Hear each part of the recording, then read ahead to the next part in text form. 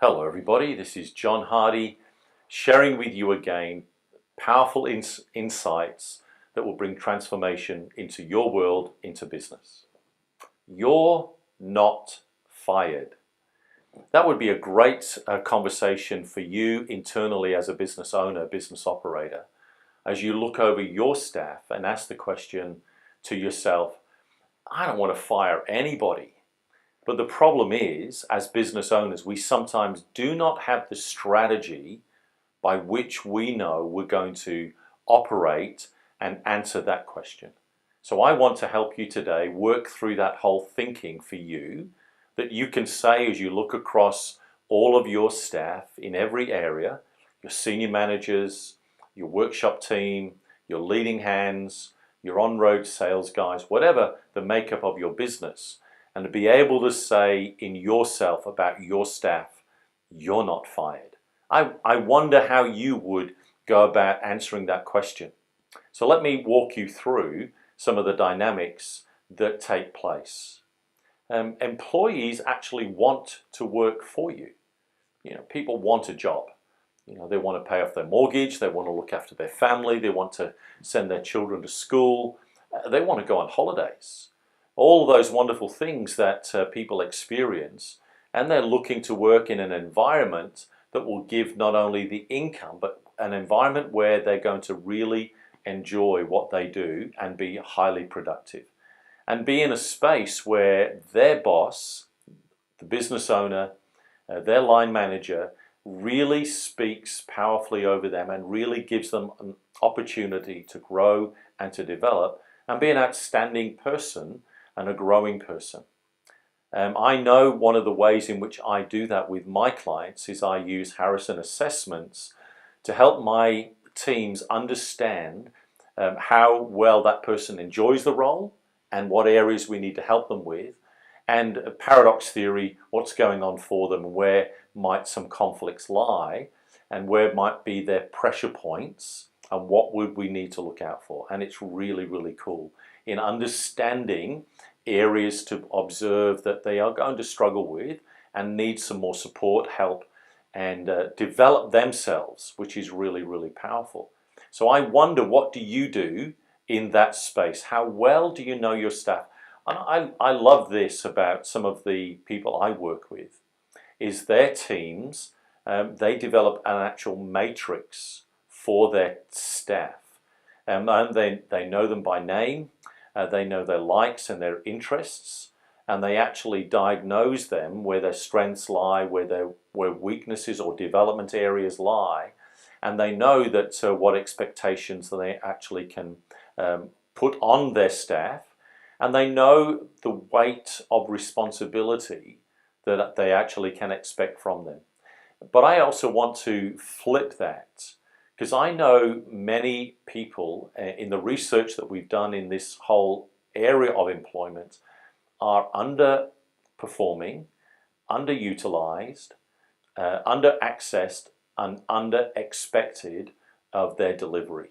And so we find that in the workplace that oftentimes people are only working at 30% of capacity because of those under-expectation issues that are going on within the dynamic of leadership.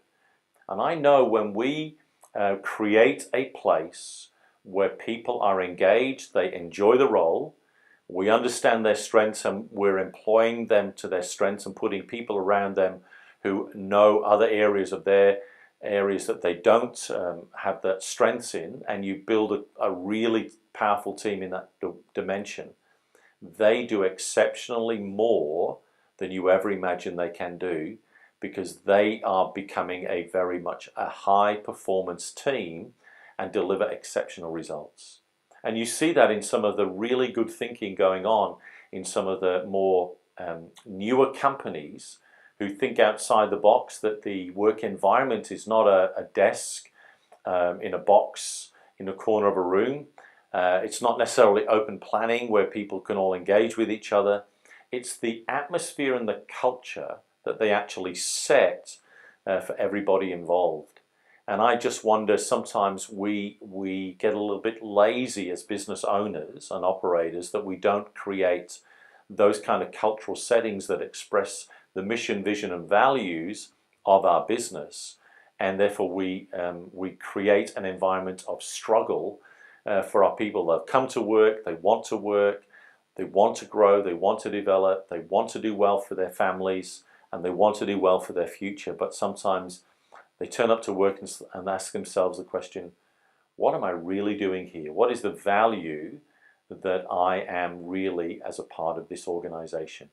And I want you as a business owner and operator to really think about what that dynamic is for you and how well you're doing in that space. How well do you look after your staff and work with them? So here is the question. What is the strategy that you are using to keep your employees? Do you have a strategy, or are you turning up to work just like they turn up to work? Do the work during the day, not putting any forward planning in place, not thinking about how you might grow and develop your teams and your staff, and you're just hoping that they'll stay with you long enough that you can get the profitability that you're looking for in your business.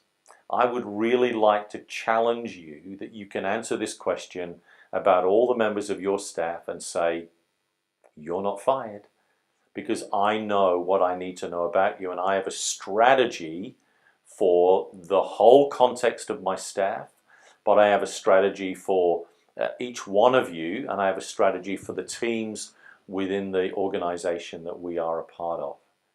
And so, how do you go about building that strategy? I would strongly recommend to you the dynamic of assessing your staff and building some kind of matrix so you understand who they are and what they're about and what they can do. And so we're going to be back in just a minute.